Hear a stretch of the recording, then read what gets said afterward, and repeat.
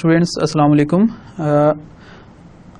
आज के लेक्चर में हम ये पढ़ेंगे कि हम एक वेब पेज से डाटा को दूसरे वेब पेज पे कैसे सेंड कर सकते हैं। आज का लेक्चर स्टार्ट करने से पहले हम एक क्विक समरी जो है वो प्रीवियस लेक्चर की देखते हैं कि हमने उसमें क्या पढ़ा था। लास्ट लेक्चर में हमने PHP ऑपरेटर्स के बारे में पढ़ा था कि PHP हमें कौन से ऑपरेटर्स प्रोवाइड करती है।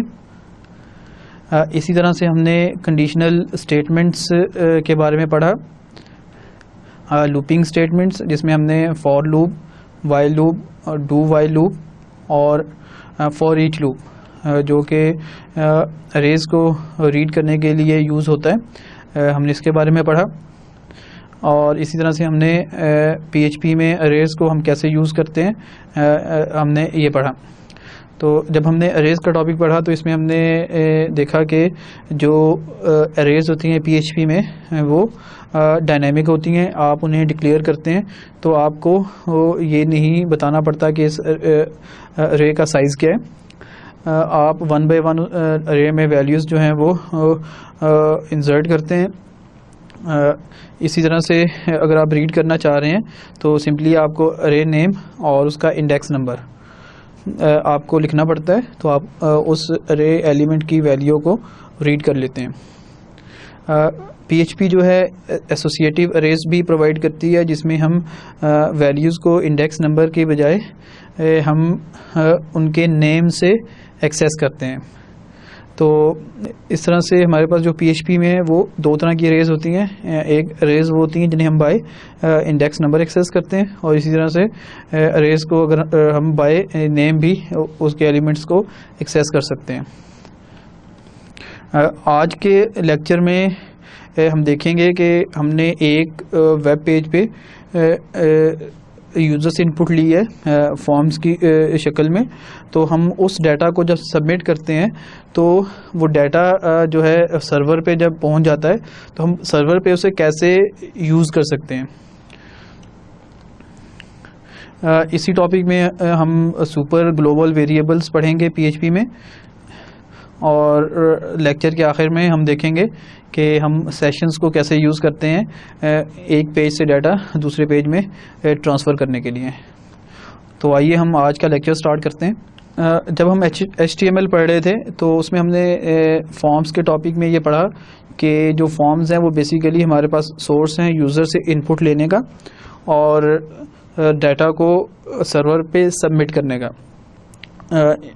इसमें हमने देखा कि जो हम एक फॉर्म क्रिएट करते हैं यूजिंग फॉर्म टैग, और उस फॉर्म में हम डिफरेंट टाइप के एलिमेंट्स जो हैं वो ऐड कर देते हैं। जब हम फॉर्म को सबमिट करते हैं तो डाटा जो है वो सर्वर पे ट्रांसफ़र हो जाता है। अब डाटा सर्वर पे चला गया और हमने सर्वर पे कोई स्क्रिप्ट लिखना है जो कि उस डाटा को कैप्चर कर सके और उसे प्रोसेस कर सके।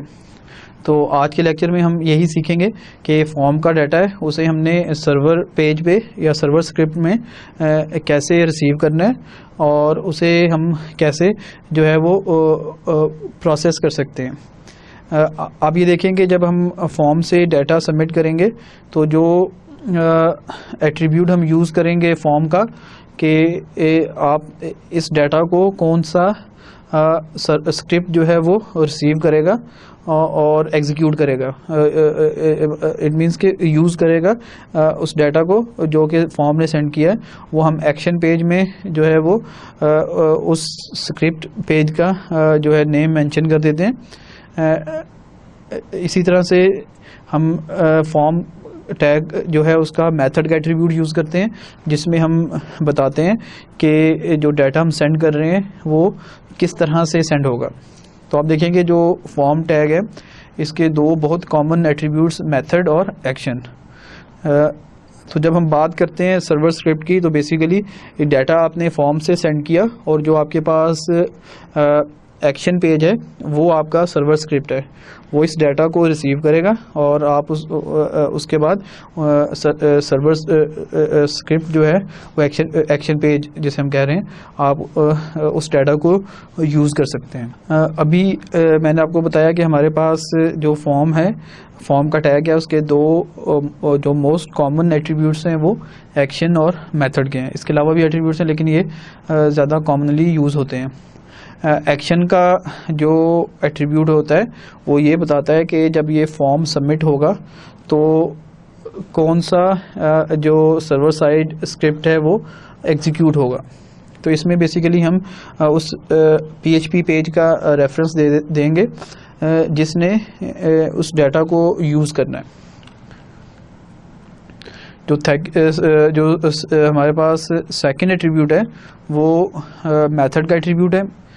बेसिकली मेथड का एट्रीब्यूट ये सेट करता है कि जब हम डाटा को सेंड करेंगे फॉर्म से सर्वर पे तो उसके लिए हम कौन सा मेथड यूज़ करेंगे। जो मोस्ट कॉमन मेथड्स हैं वो हमारे पास गेट और पोस्ट, तो ज़्यादातर यही जो मेथड्स हैं जो कि यूज़ होते हैं। दोनों में फ़र्क क्या है हम नेक्स्ट स्लाइड पे देखते हैं। जैसा कि मैंने आपको बताया कि जो मेथड का एट्रीब्यूट है वो ये बताता है कि डाटा सर्वर पे कैसे सबमिट होगा। तो इसका जो गेट मेथड है, गेट मेथड बेसिकली जो फॉर्म के अंदर आप यूज़र की इनपुट होती है, जब उसे सर्वर पे भेजता है तो उसे URL के साथ अटैच करके भेजता है। जब आप एक पेज से दूसरे पेज पे जाते हैं एक्शन पेज पे, तो जो एड्रेस बार में हमें उस पेज की URL नज़र आ रही होती है, तो उसके साथ जो है आप यूज़र की इनपुट भी वहाँ पे अटैच होती है। आप एक एग्जांपल देखें, हमारे पास एक फॉर्म है जिसमें यूज़र ने अपना नेम और ईमेल जो है एंटर किया हुआ है। नेम में आप देखें कि असद लिखा हुआ है, जबकि जो ईमेल वाली फील्ड है उसमें asd@gmail.com। तो ये यूज़र की इनपुट है जिसे यूज़र सबमिट करता है। उसने यूज़र ने फॉर एग्जांपल सबमिट प्रेस किया तो हम जो है एक्शन पेज पे चले जाएंगे। तो आप देखेंगे अभी आपको स्क्रीन पे एक्शन पेज पे जब हम ट्रांसफ़र हुए हैं यूजिंग गेट मेथड, तो आप URL जो हाईलाइटेड पोर्शन है वो नज़र आ रही है। इस URL में आप देखें कि एक्शन पेज का नाम है जो कि हमने एग्जांपल में यूज़ किया था action.php। इसी तरह से देखें कि जो डाटा हमने ट्रांसफ़र किया है, एक तो नेम की हमारे पास जो है इनपुट फील्ड थी, उसका नेम भी हमने नेम ही रखा हुआ था फॉर्म के अंदर, और इसे जो यूज़र ने वैल्यू साइन की थी वो भी आप देखें कि URL का पार्ट है। तो इस तरह से जब हम गेट मेथड के थ्रू डाटा ट्रांसफ़र करते हैं तो URL के साथ डाटा यूज़र की इनपुट भी अटैच्ड होती है और वो विजिबल होती है। इसके बजाय अगर हम पोस्ट मेथड यूज़ करते हैं, यानी हम जो एट्रीब्यूट सेट करते हैं method is equal to post, तो जो डाटा सेंड होता है वो HTTP जो रिक्वेस्ट जनरेट होती है पेज के लिए उसमें एम्बेड होके जाता है। तो वो जो एड्रेस बार में हमें नज़र नहीं आता। अगर आप प्रीवियस एग्जांपल को ही लें तो आप देखेंगे अगर हम उसे यूजिंग पोस्ट मेथड डाटा को सेंड करेंगे तो आप एड्रेस बार में देखें कि हमें किसी तरह की इंफॉर्मेशन जो है वो विजिबल नहीं है। तो ये बेसिक डिफरेंस है गेट मेथड और पोस्ट मेथड का।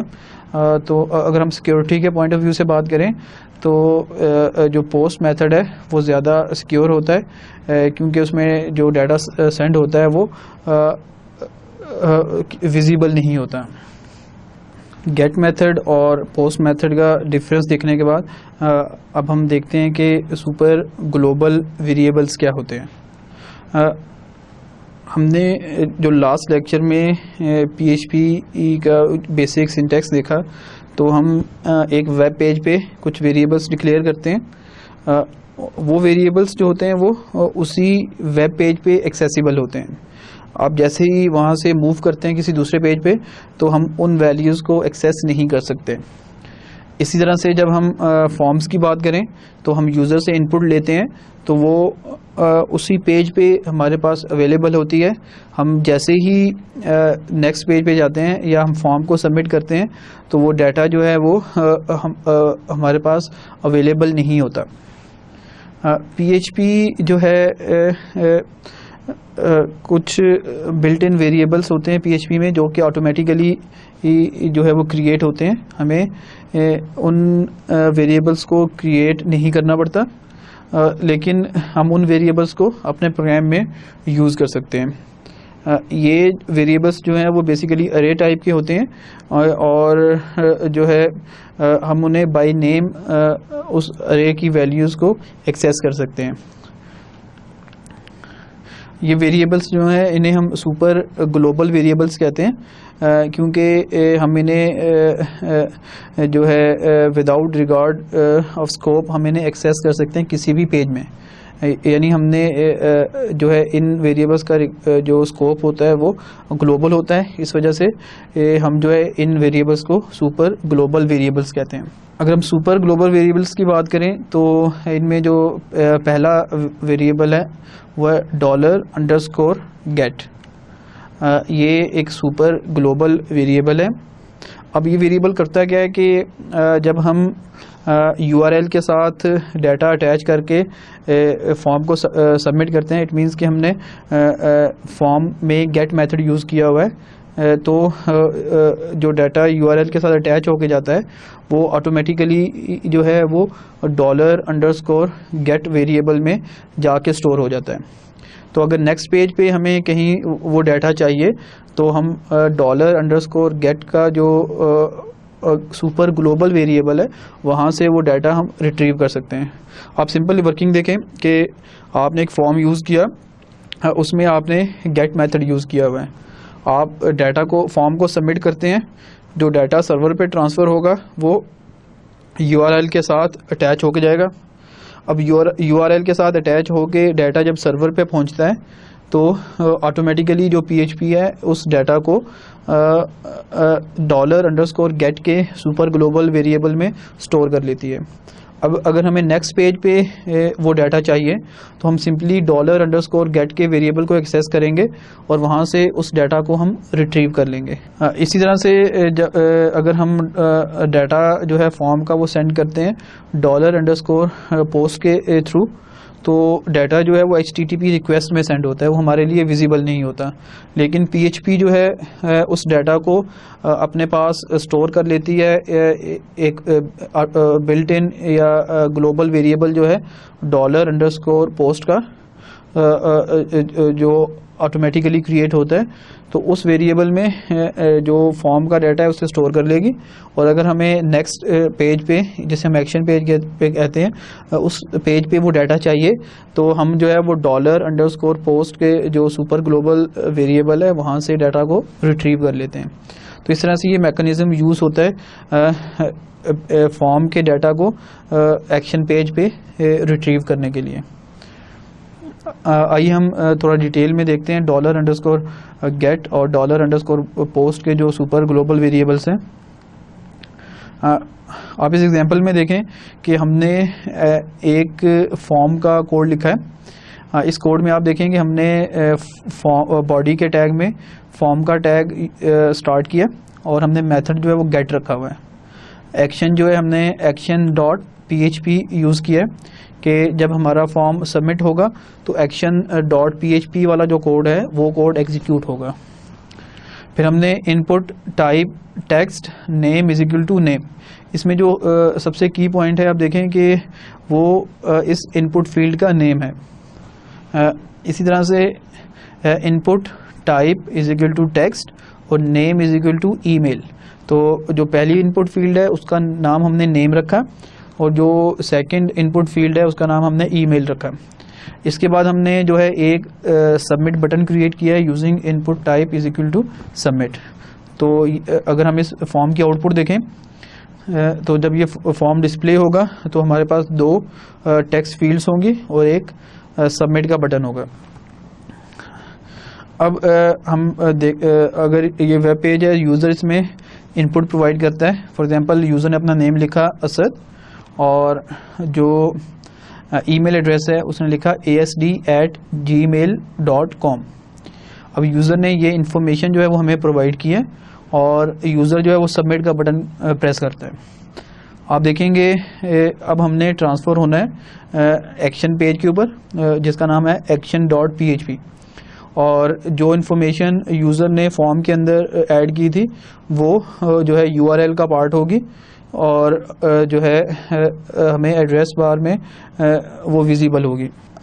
डाटा सबमिट हो गया, सर्वर पे चला गया। उस टाइम के ऊपर आप देखें कि डाटा सबमिट होने से पहले जो $_get का वेरिएबल है वो एम्प्टी है, उसमें कोई वैल्यू इंसर्ट नहीं हुई थी। लेकिन जैसे ही ये डाटा सबमिट हुआ हम जो है उस $_get में दो फील्ड्स क्रिएट हो गई। जो पहली फील्ड है उसका नाम नेम होगा जो कि हमने फर्स्ट इनपुट फील्ड का रखा था, और इसके अंदर जो वैल्यू होगी वो वैल्यू होगी जो कि यूज़र ने प्रोवाइड किया है। तो आप देखें जो URL में नेम है वो इनपुट फील्ड का है और जो उसमें वैल्यू है वो वैल्यू है जो कि यूज़र ने हमें अभी फॉर्म में प्रोवाइड की है। इसी तरह से इस अरे की जो सेकंड फील्ड होगी उसका नेम होगा ईमेल, वो जो कि सेकंड इनपुट फील्ड का नेम था फॉर्म के अंदर, और इसमें जो वैल्यू होगी वो asad@gmail.com। तो आप देखेंगे जो एड्रेस बार में हमें नज़र आ रहा है वो इनकोडेड वैल्यूज़ हैं, URL इनकोडेड वैल्यूज़, लेकिन वो जो वैल्यू $_ में स्टोर होगी वो वैल्यू होगी जो कि यूज़र ने जिस फॉर्मेट में ऐड की थी। तो आप देखेंगे फॉर्म सबमिट हुआ और जो फॉर्म का डाटा था वो जाके $_ के सुपर ग्लोबल वेरिएबल में स्टोर हो गया। और इसमें जो की पॉइंट है वो ये है कि ये जो अरे के इंडेक्सेस हैं उनके नेम क्या हैं। तो जो हम इनपुट फील्ड में नेम देते हैं वही ऑटोमेटिकली नेम बन जाता है इन अरे इंडेक्सेस का।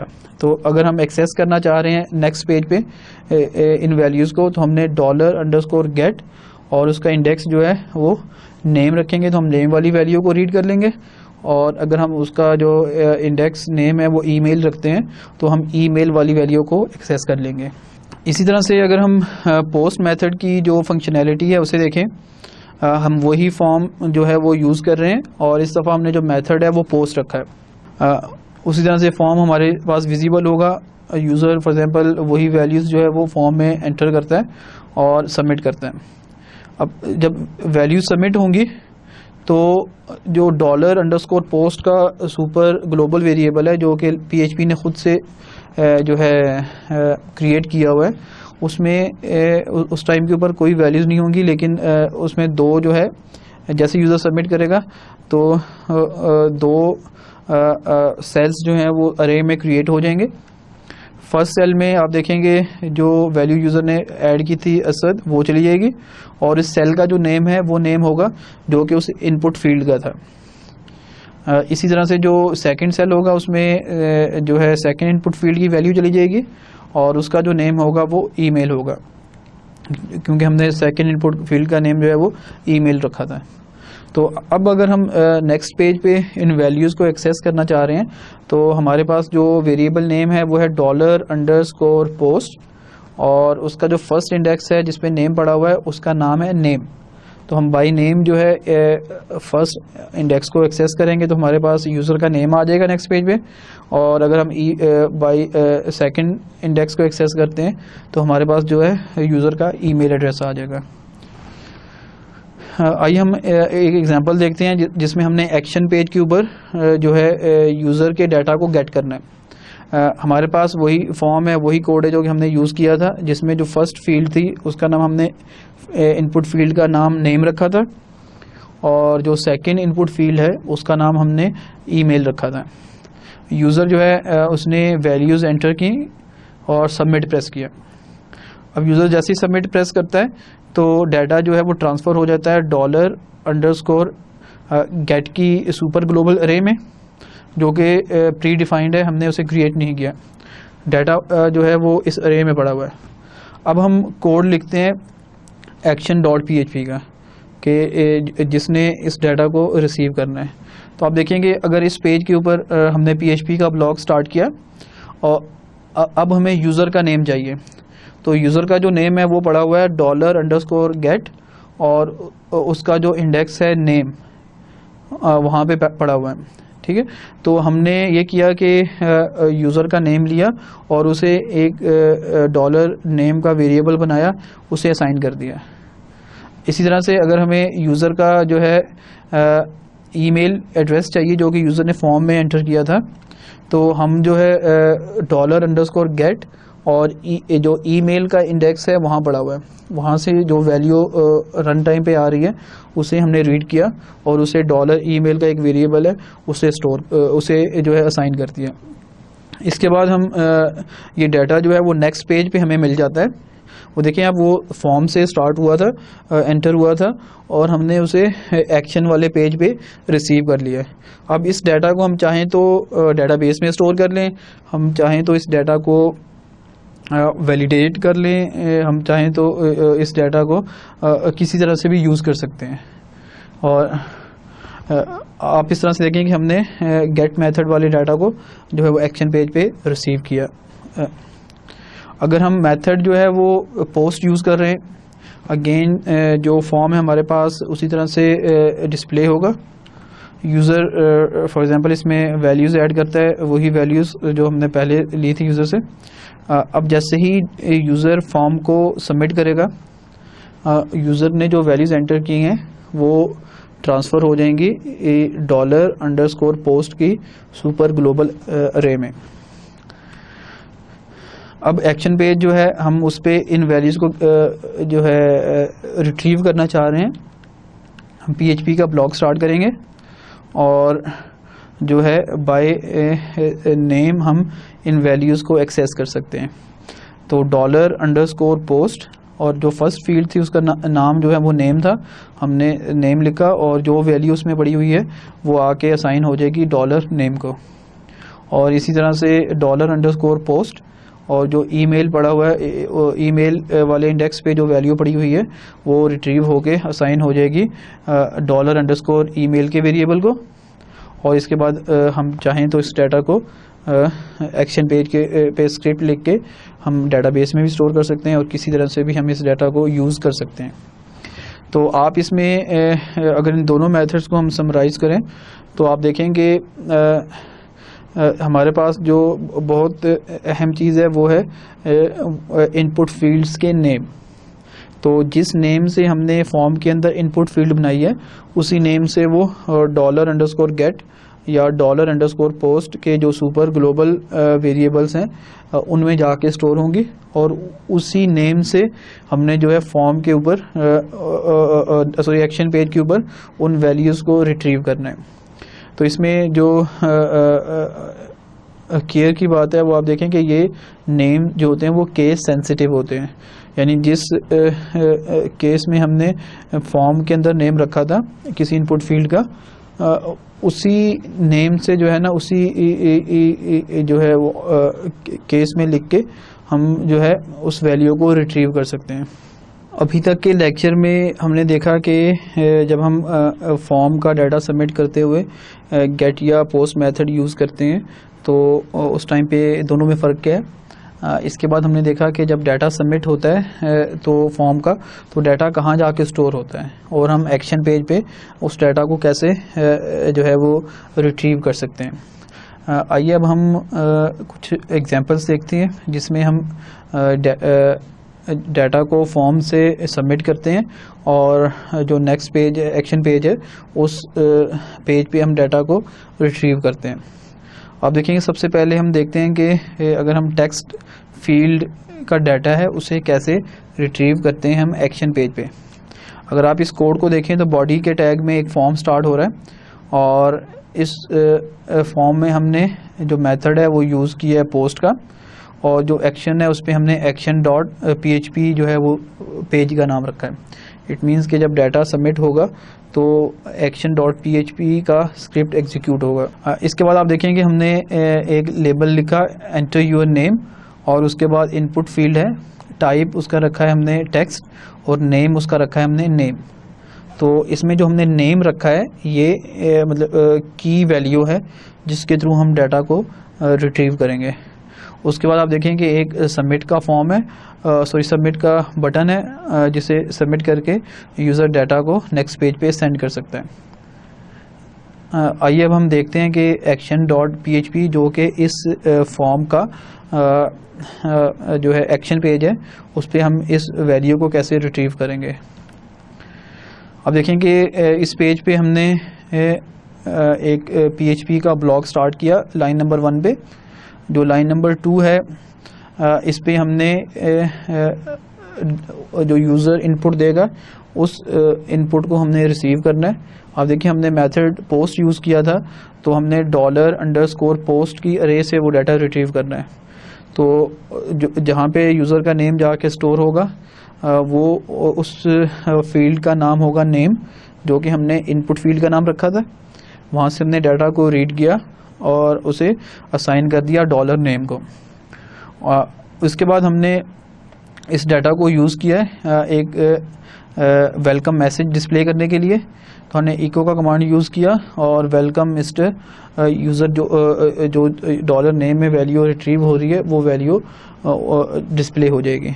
अब आप देखें कि जब इस फॉर्म को आप एग्जीक्यूट करेंगे तो सबसे पहले यूज़र का एक फॉर्म नज़र आ रहा है। यूज़र उस फॉर्म में अपना डाटा जो है वो ऐड करता है। जैसे आप देखें स्क्रीन पे कि यूज़र ने अपना नेम जो है वो लिखा इस फील्ड में और सबमिट प्रेस किया। आप देखेंगे इस स्टेज पे जो है हम जो हमारा पेज नेम है वो है form.php। आप एड्रेस बार में क्लियरली देख सकते हैं कि जो हमारे पास पेज है वो है form.php।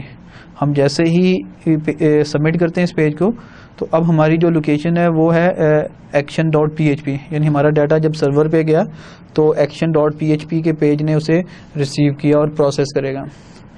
अब आप देखेंगे यूज़र ने जो नेम लिखा था उस नेम को एक वेलकम मैसेज डिस्प्ले हो रहा है action.php पे, क्योंकि हमने उस डाटा को प्रोसेस जस्ट इस तरह किया है कि हमने उसे एक वेलकम मैसेज डिस्प्ले करवाया। तो इस तरह से आप देखेंगे जब हम टेक्स्ट फील्ड्स बनाते हैं अपने फॉर्म्स के अंदर तो हम बाय नेम उन वैल्यूज़ को एक्सेस कर सकते हैं और प्रोसेस कर सकते हैं। जब हमने फॉर्म्स का टॉपिक पढ़ा था तो उसमें हमने जो टेक्स्ट फील्ड्स थी उसके बाद जो एलिमेंट टाइप हमने पढ़ी थी वो हिडन फील्ड थी। तो हिडन फील्ड बेसिकली जो है फॉर्म के अंदर डिस्प्ले नहीं होती, लेकिन उसके वैल्यू में हमने जो वैल्यू पास की होती है वो वैल्यू एक्शन पेज पे हम रीड कर सकते हैं।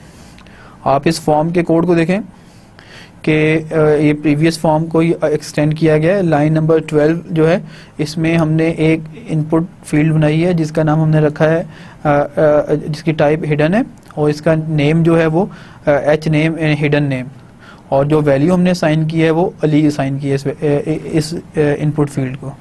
तो जब ये अब इसको जब हमने रिट्रीव करना है एक्शन पेज पे तो आप देखें जो वो प्रीवियस एक्शन पेज था action.php हमने उसी को एक्सटेंड किया है और जहाँ पे वेलकम मैसेज डिस्प्ले हो रहा था यूज़र को उसके बाद हमने नेक्स्ट लाइन पे एक मैसेज डिस्प्ले किया हिडन नेम इज़ और उसके बाद $_पोस्ट और एच नेम। अब अगेन देखें कि जो नेम हमने लाइन नंबर 12 में इनपुट फील्ड को दिया है उसी नेम को हमने जो है एक्शन पेज पे उसी तरह से हमने रिट्रीव किया। तो जब ये स्क्रिप्ट एग्जीक्यूट होगा आप देखेंगे जब फॉर्म डिस्प्ले होगा तो उस फॉर्म में आपको हिडन वैल्यू नज़र नहीं आ रही, जस्ट एक इनपुट फील्ड है जिसमें यूज़र अपना नेम एंटर करता है और फॉर्म सबमिट करता है। अब जब हम action.php पे जाते हैं तो आप देखेंगे एक तो उस नेम को वेलकम मैसेज नज़र आ रहा है और उसके बाद जो हिडन फील्ड थी उस फील्ड में जो वैल्यू हमने असाइन की थी वो वैल्यू हमें डिस्प्ले हो रही है। तो इस तरह से आप देखेंगे हम हिडन फील्ड के डाटा को कैसे प्रोसेस करते हैं। अभी तक हमने ये देखा कि हम टेक्स्ट फील्ड के डाटा को एक्शन पेज पे कैसे रिट्रीव करते हैं। उसके बाद हमने देखा कि हम जो हिडन फील्ड है उसके डाटा को कैसे रिट्रीव कर सकते हैं। आइए अब हम देखते हैं कि अगर हमारे फॉर्म में चेक बॉक्सेस बने हुए हैं तो उनकी वैल्यू को हम कैसे रिट्रीव करते हैं। आप इस स्लाइड पे जो कोड देख रहे हैं बेसिकली हमने प्रीवियस फॉर्म वाला जो कोड था उसी को एक्सटेंड किया है। जहाँ पे हिडन फील्ड हमने बनाई थी उससे नीचे ये कोड लिखा है। इसमें सबसे पहले हमने एक लेबल लिखा है which of the following language do you know, और यूज़र को दो ऑप्शंस दिए। जो फर्स्ट ऑप्शन है इनपुट टाइप चेक बॉक्स, उस ऑप्शन का नाम हमने रखा है सी, यानी इस इनपुट फील्ड का जो नेम है वो सी है और इसकी जो वैल्यू है वो भी सी है। और उसके बाद हमने C++ जो है वो एक लेबल रख दिया।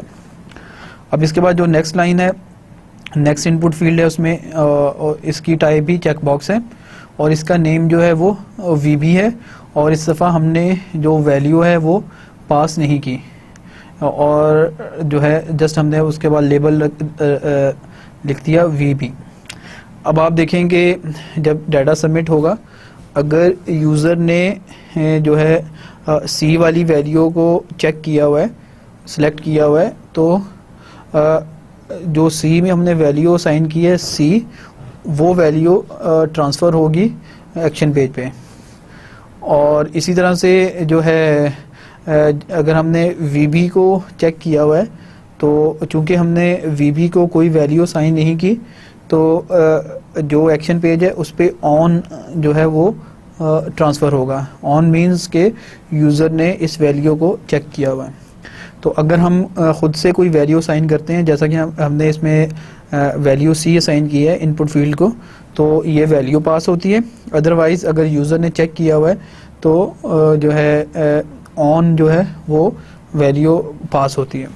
अब हम इस डाटा को जो है रिसीव करेंगे जब एक्शन पेज में, तो हम उसी एक्शन पेज को हम एक्सटेंड कर रहे हैं और इसमें आप देखेंगे इको $_post और C, यानी जो C वाला चेक बॉक्स है उसका नेम C था, उस नेम को हमने लिखा और $_post VB, तो VB वाला जो फॉर्म इनपुट फील्ड है उसकी वैल्यू को एक्सट्रैक्ट करने के लिए हमने उसका नेम लिखा। तो आप अगेन देखें कि जब हम एक्शन पेज पे वैल्यूज़ को रिट्रीव करते हैं तो हम बाय नेम करते हैं। जो नेम हम इनपुट फील्ड के अंदर देंगे उसी नेम से हम वैल्यू को जो है रिट्रीव करेंगे एक्शन पेज पे। आइए इसकी जो है हम आउटपुट अगर आप देखें तो हमारे पास एंटर यूर नेम पहले से एक इनपुट फील्ड बनी हुई है और उसके बाद एक हिडन फील्ड थी जो कि हमने डिस्प्ले नहीं हो रही।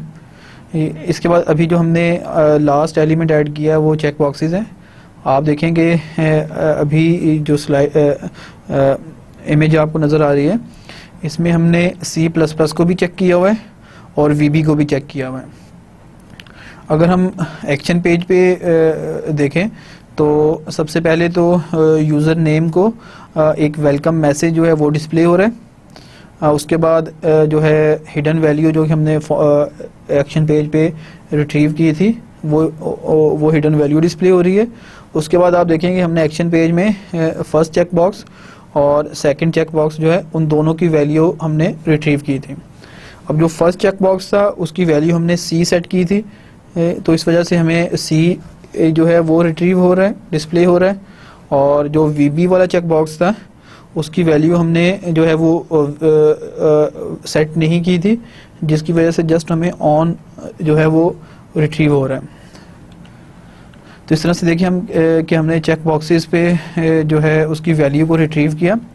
अगर आप वैल्यू रिट्रीव करने के बाद उस पर किसी तरह का कोई प्रोसेसिंग करना चाह रहे हैं, फॉर एग्जांपल आप देखेंगे हमने $C जो इनपुट फील्ड था उसकी वैल्यू को रिट्रीव किया, उस पर हम चेक लगा दें if $_post C is equal to C, यानी जो C से अगर यूज़र ने चेक किया हुआ है तो इट मीन्स वो C लैंग्वेज को जानता है, तो हमें जो रिटर्न होगा वो C रिटर्न होगा। तो हमने ये कहा कि अगर हमें C रिटर्न हुआ है तो आप मैसेज डिस्प्ले करें कि यू नो C++, और एल्स के केस में हम ये मैसेज डिस्प्ले करें यू डोंट नो C++।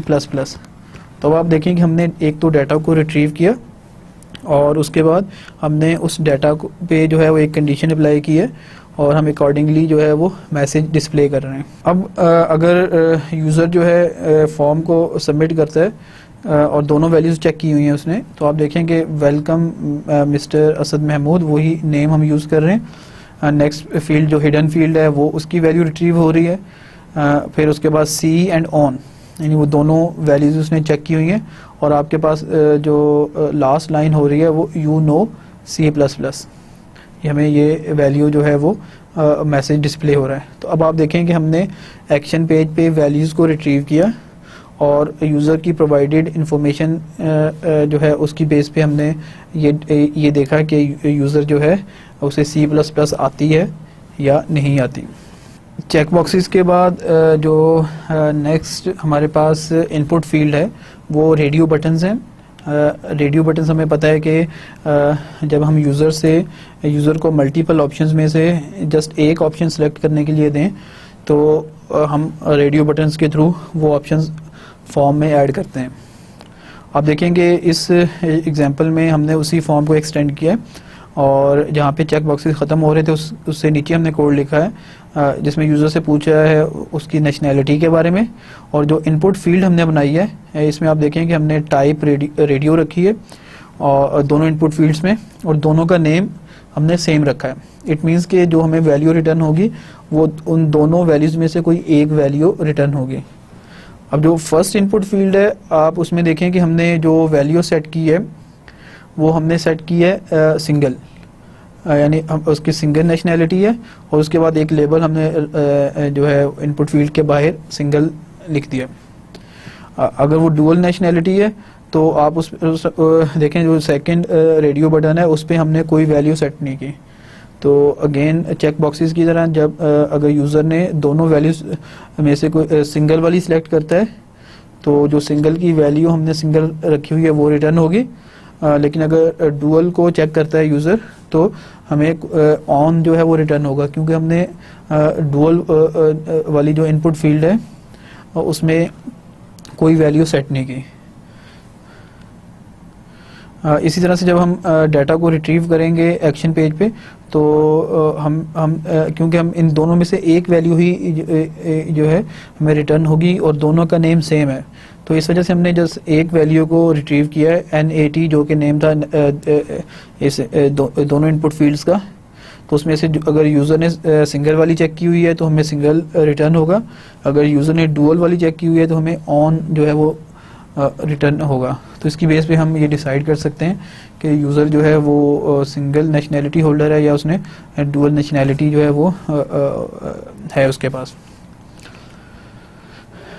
अगर आप फॉर्म में देखें तो अब आपको जो चेक बॉक्सेस हैं उसके बिल्कुल नीचे यूर नेशनैलिटी का जो है वो रेडियो बटन ऑप्शन आ रही है और देखें कि हमने जो अभी चेक किया हुआ है वो सिंगल नेशनैलिटी है। और जब इसकी आउटपुट नज़र आएगी तो अगेन उसी तरह से देखें वो जो यूज़र नेम था उससे वेलकम मैसेज, जो हिडन फील्ड है आप उसे देखेंगे उसकी वैल्यू रिट्रीव हो रही है। C++ और VB दोनों को हमने चेक किया हुआ था तो C और ऑन ये दो वैल्यूज़ रिटर्न हो रही हैं और जब हमने कंडीशन लगाई थी तो उससे हमें रिज़ल्ट मिल रहा है यू नो C++, और आखिरी जो लाइन है वो हमें सिंगल रिटर्न कर रही है उस रेडियो बटन से। तो इस तरह से आप देखें कि हम रेडियो बटन्स की जो इनपुट होती है उसे भी एक्शन पेज पे रिसीव कर सकते हैं। आखिर में जो हम एलिमेंट डिस्कस करेंगे फॉर्म का वो है लिस्ट एलिमेंट, कि हम जब ड्रॉप डाउन लिस्ट बनाते हैं फॉर्म के अंदर तो हम उसके डाटा को कैसे जो है वो रिट्रीव कर सकते हैं।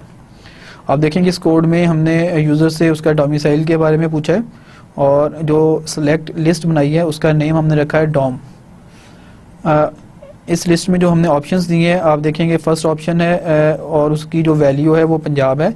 इट मीन्स कि अगर यूज़र ये ऑप्शन सेलेक्ट करता है तो पंजाब रिटर्न होगा और जो लेबल है वो पंजाब है, यानी लिस्ट में हमें पंजाब लिखा हुआ नज़र आएगा। इस तरह से जो बाकी प्रोविंसेस हैं वो भी ड्रॉप डाउन लिस्ट में हमें नज़र आ रहे होंगे। तो इसमें जो की पॉइंट है वो ये है कि यूज़र जिस वैल्यू ऑप्शन को सिलेक्ट करता है उसमें हमने जो वैल्यू सेट की है वो वैल्यू नेक्स्ट पेज पे ट्रांसफ़र होगी। इसी तरह से अगर हम इस वैल्यू को रिट्रीव करना चाह रहे हैं एक्शन पेज पे, तो हमने $_post और डॉम जो कि सेलेक्ट लिस्ट का नाम था उस नेम के थ्रू हमने इस वैल्यू को एक्सेस किया। अब अगर आप फॉर्म को देखें तो यूज़र ने जो है इस फॉर्म के बिल्कुल एंड पे KPK सिलेक्ट किया हुआ है।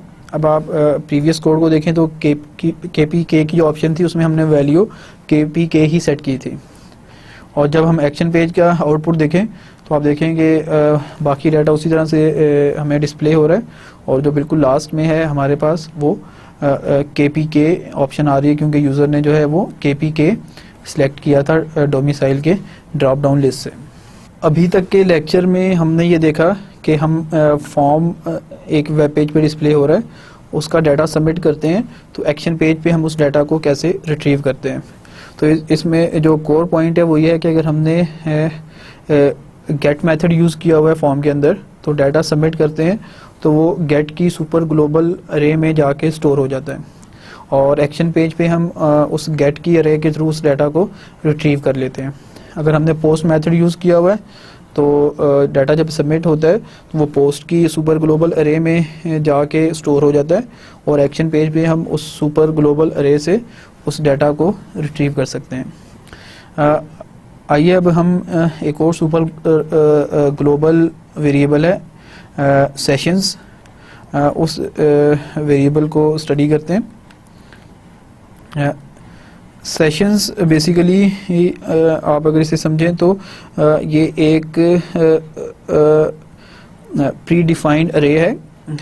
आप अगर एक वेब पेज से कोई डाटा उसमें ट्रांसफ़र करते हैं तो वो वेब पेज के तमाम पेजेस को एक्सेसिबल होगा।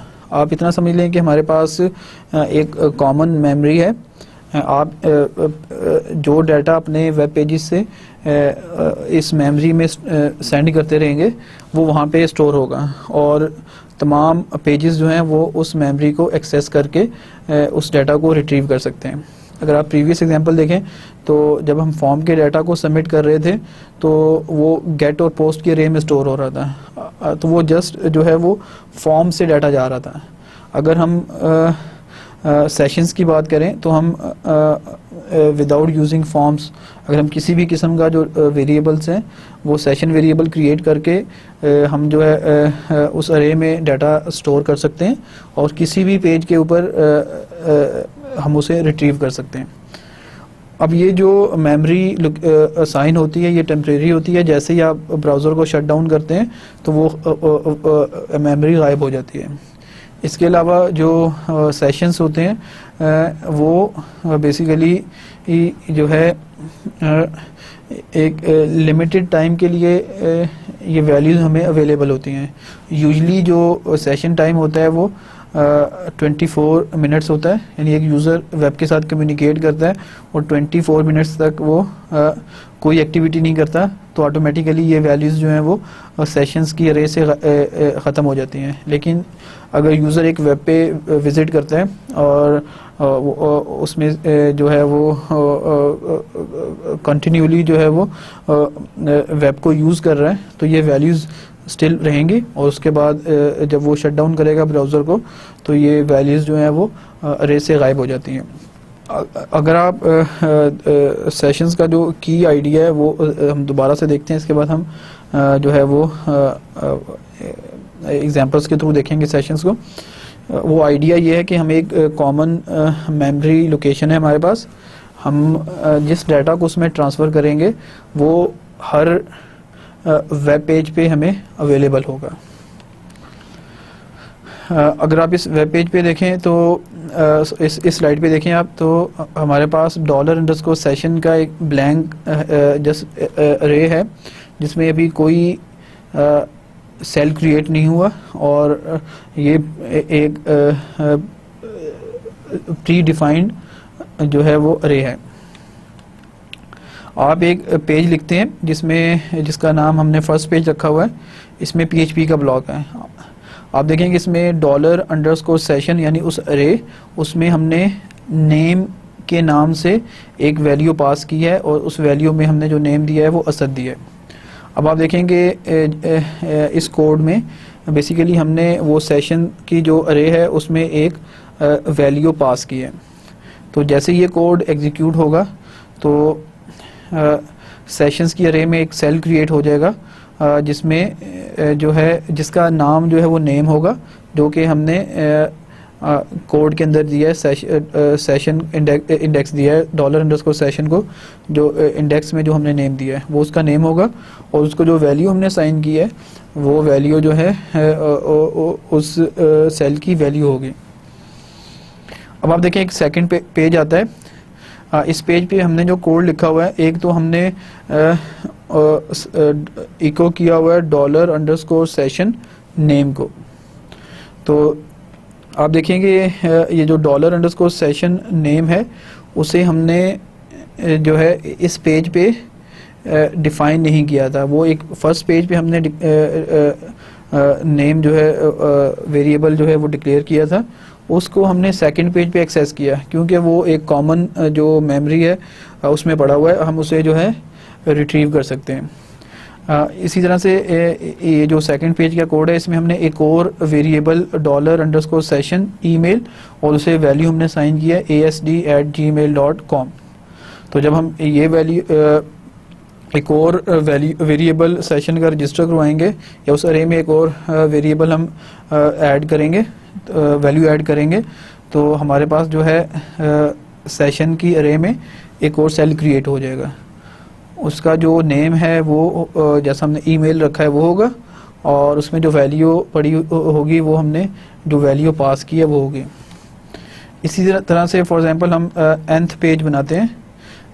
जब हम इस पेज पे पहुंचे हैं तो हमारे पास जो कॉमन मेमोरी है उसमें नेम पड़ा हुआ है और ईमेल एड्रेस पड़ा हुआ है। तो हम उस nth पेज के ऊपर भी चाहें तो इन वैल्यूज़ को रिट्रीव कर सकते हैं।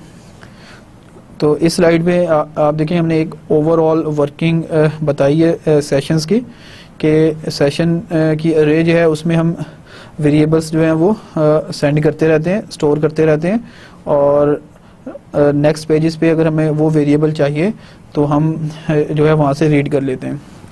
अगर हम इसकी एक प्रैक्टिकल यूजेज देखें तो आप फॉर एग्जांपल के आप एक लॉगिन पेज बना रहे हैं, यूज़र अपना पासवर्ड और ईमेल एड्रेस जो है वो एंटर करता है और सबमिट प्रेस करता है। अब आपने यूज़र ने जो वैल्यूज़ पास की हैं उसे एक्शन पेज पे रिसीव किया, उसकी बेस के ऊपर आपने डेटाबेस से चेक किया कि ये यूज़र एग्जिस्ट करता है या नहीं। अगर यूज़र एग्जिस्ट करता है तो आप यूज़र की इन्फॉर्मेशन को जो है वो कॉमन मेमोरी में डाल दें, ताकि जब आप यूज़र के होम पेज पे जाते हैं लॉगिन करने के बाद तो वो इन्फॉर्मेशन आपके पास अवेलेबल हो। आप चाहें तो उसे किसी भी पेज के ऊपर यूज़ कर लें। इंशाल्लाह हम आने वाले लेक्चर्स में ये चीज़ करके देखेंगे। प्रीवियस स्लाइड पे हमने एक ओवरऑल वर्किंग मॉडल देखा सेशन वेरिएबल का। आइए स्लाइड पे हम कुछ बेसिक फंक्शंस देखते हैं कि हम सेशंस में डाटा को कैसे इंसर्ट कर सकते हैं और कैसे रिट्रीव कर सकते हैं। सबसे पहला जो बेसिक हमारे पास एक फंक्शन है सेशन अंडरस्कोर स्टार्ट का। जब भी हम वेब पेजेस में सेशन वेरिएबल्स को यूज़ करना चाह रहे हैं तो हमें सबसे पहले सेशन स्टार्ट करना पड़ता है। तो सेशन स्टार्ट करने के लिए हमारे पास जो फंक्शन है वो है सेशन अंडरस्कोर स्टार्ट। तो ये रिकमेंडेड है कि इवन HTML का टैग लिखने से भी पहले जो फर्स्ट लाइन होगी वो हमारे पास सेशन स्टार्ट होगा। तो वो तमाम पेजेस जिस पे हमने सेशंस को यूज़ करना है, सेशन वेरिएबल्स को, हम उनकी जो फर्स्ट लाइन होगी वो एक PHP का ब्लॉक स्टार्ट होगा और उस ब्लॉक में हम सेशन स्टार्ट कर लेंगे और उसके बाद जो HTML का टैग है उससे लिख के बाकी पेज हम कोड लिखेंगे। अगर हम सेशन वेरिएबल में कोई सेशन अरे में कोई वैल्यू ऐड करना चाह रहे हैं तो वही जो हमने सिंटेक्स देखा था अरेज के टॉपिक में, अरे नेम और उस इंडेक्स का नेम और जो वैल्यू हमने असाइन करनी है वो वैल्यू हम पास कर देंगे। तो $_ अरे नेम, फिर ब्रैकेट्स के अंदर हमने कोटेशन मार्क्स के अंदर नेम लिखा अरे सेल का, और असाइनमेंट ऑपरेटर इक्वल के थ्रू हमने जो है वो वैल्यू असाइन कर दी। अगर हम चाहें तो सेशंस के अंदर जो हमने वैल्यूज़ असाइन की हुई हैं उन वैल्यूज़ को हम डिस्ट्रॉय भी कर सकते हैं, जैसे जिसके लिए हमारे पास सेशन अंडरस्कोर डिस्ट्रॉय का फंक्शन है। जब हम ये फंक्शन एग्जीक्यूट करेंगे तो सेशन के अंदर जितनी वैल्यूज़ पड़ी हुई हैं वो सारे की सारी डिस्ट्रॉय हो जाएंगी। आप इसकी एक एग्जांपल लें कि जब हम साइन आउट प्रेस करते हैं तो एक यूज़र से रिलेटेड जितनी भी इंफॉर्मेशन हमने जो है सेशन वेरिएबल में स्टोर की होती है वो सारे की सारी डिस्ट्रॉय हो जाती है और सेशन वैल्यूज़ बिल्कुल ब्लैंक हो जाती हैं। इसी तरह से हमारे पास एक फंक्शन है अनसेट का। अनसेट भी जो है वो सेशन वैल्यूज़ को रिमूव करता है, लेकिन इसका जो बेसिक डिफरेंस है डिस्ट्रॉय के साथ अनसेट में बेसिक डिफरेंस है वो ये है कि डिस्ट्रॉय एक ही टाइम के ऊपर जितने भी सेशन वेरिएबल्स हमने रजिस्टर किए हैं वो सारे के सारे रिमूव कर देगा, जबकि अनसेट जो है इसमें हमने कोई स्पेसिफिक वेरिएबल बताएंगे तो उसी को अनसेट करेगा। फॉर एग्जांपल हमने प्रीवियस एग्जांपल में नेम और ईमेल रजिस्टर किए थे सेशंस में, तो अगर हम डिस्ट्रॉय यूज़ करते हैं सेशन अंडरस्कोर डिस्ट्रॉय तो वो दोनों वैल्यूज़ रिमूव हो जाएंगी, लेकिन अगर हम अनसेट यूज़ करते हैं तो हमें 1 by 1 वेरिएबल्स को डिस्ट्रॉय करना पड़ेगा। तो आप देखें कि जो अनसेट है वो समटाइम्स ऐसा होता है कि हमने कोई सेशन की इन्फॉर्मेशन है वो किसी स्पेसिफिक पेज तक हमें चाहिए होती है, उसके बाद हम चाहते हैं कि इससे नेक्स्ट पेजेस पे ये सेशन वेरिएबल अवेलेबल ना हो, तो उसके लिए हम जो है सेशन की स्पेसिफिक वैल्यू को अरे में से रिमूव कर देते हैं, अनसेट कर देते हैं। आइए हम इस एग्जांपल में सेशन वेरिएबल्स को यूज़ करते हैं। इस कोड में आप देखें कि लाइन नंबर 1 जो फर्स्ट लाइन है कोड की उसमें PHP का ब्लॉक स्टार्ट हो रहा है और सेशन वेरिएबल्स जो है सेशन अंडरस्कोर स्टार्ट के फंक्शन के थ्रू हमने एक सेशन स्टार्ट किया और PHP ब्लॉक को हमने ख़त्म कर दिया। तो आप देखें कि ये जो फर्स्ट 3 लाइंस हैं ये हम हर वेब पेज के स्टार्ट में ऐड कर देंगे जिनमें हमने सेशंस को यूज़ करना है। इसके बाद देखें 4, 5, 6, 7 और 8 लाइंस हैं, ये HTML का जो हेड सेक्शन डिफाइन कर रही हैं और बॉडी का टैग स्टार्ट कर रही हैं। अब बॉडी के टैग में देखें लाइन नंबर 9 से हमने एक जो है PHP का ब्लॉक स्टार्ट किया है और लाइन नंबर 10 जो है इस पे हमने एक सेशन वेरिएबल जो है वो ऐड किया है सेशन की अरे में। तो हमने एक वेरिएबल नेम के नाम से ऐड किया और उसे जो वैल्यू हमने असाइन किया है वो अली जो है वो वैल्यू असाइन की है। इट मीन्स कि $_सेशन जो अरे है उसमें एक सेल क्रिएट होगा, उस सेल का नाम होगा नेम और उसमें जो वैल्यू होगी वो होगी अली। इसके बाद आप रिमेनिंग पार्ट देखें लाइन नंबर 12 और 13 में, तो 12 में हमने एक जो है हेडिंग 1 लिखी है welcome to the first page, और लाइन नंबर जो 13 है उस लाइन में हमने एक दूसरे पेज को लिंक किया। अब हम अगर सेकंड पेज की बात करें जिसे हमने लिंक किया था तो उसका कोड जो है वो इस स्लाइड पे आपको नज़र आ रहा है। अगेन आप देखेंगे जो फर्स्ट 3 लाइंस हैं वही हैं जो कि एक सेशन को स्टार्ट कर रही हैं और 4, 5, 6, 7 और 8 लाइंस जो है वो HTML का जो है हेड सेक्शन डिफाइन कर रही हैं और बॉडी का टैग स्टार्ट कर रही हैं। अब आप बॉडी के टैग में देखें कि लाइन नंबर जो 9 है इस पे हमने हेडिंग 1 की है, this is the second page, यानी अब जब सेकंड पेज पे ट्रांसफ़र हो जाते हैं तो उसकी एक हेडिंग आ गई। और लाइन नंबर 10 पे हमने PHP का ब्लॉग स्टार्ट किया और लाइन नंबर 11 जो है इस पे हमने एक मैसेज डिस्प्ले किया इको के कमांड के through, this value received from session variable, the value received from session variable is. और आप देखें कि हमने जो वैल्यू प्रीवियस कोड में हमने रजिस्टर की थी सेशन वेरिएबल में, उसे हमने डिस्प्ले करवा दिया। तो $_सेशन और उस वैल्यू का नेम, तो हमने बाय नेम उस वैल्यू को एक्सेस किया है, हालांकि ये वैल्यू जो है वो प्रीवियस पेज में हमने डिक्लेयर की थी। और इसके बाद हमने जो है एक लिंक कर दिया है थर्ड पेज को। अब आप देखेंगे अगर इस पेज की आउटपुट तो welcome to the first page नज़र आ रहा है, और उसके बाद गो टू नेक्स्ट पेज। जब हम नेक्स्ट पेज पे जाते हैं तो this is the second page, the value received from session variable is Ali. आप देख सकते हैं कि ये वो नेम है जो कि हमने फर्स्ट पेज पे रजिस्टर किया था और सेकंड पेज पे हम उसे रिट्रीव कर रहे हैं। और इसी तरह से जो थर्ड पेज का लिंक है वो लिखा हुआ है। थर्ड पेज में बेसिकली हम सेशन डिस्ट्रॉय को यूज़ कर रहे हैं। जो फर्स्ट लाइन है आप देखें अगेन वो PHP का ब्लॉक स्टार्ट हो रहा है और सेशन स्टार्ट हो रहा है।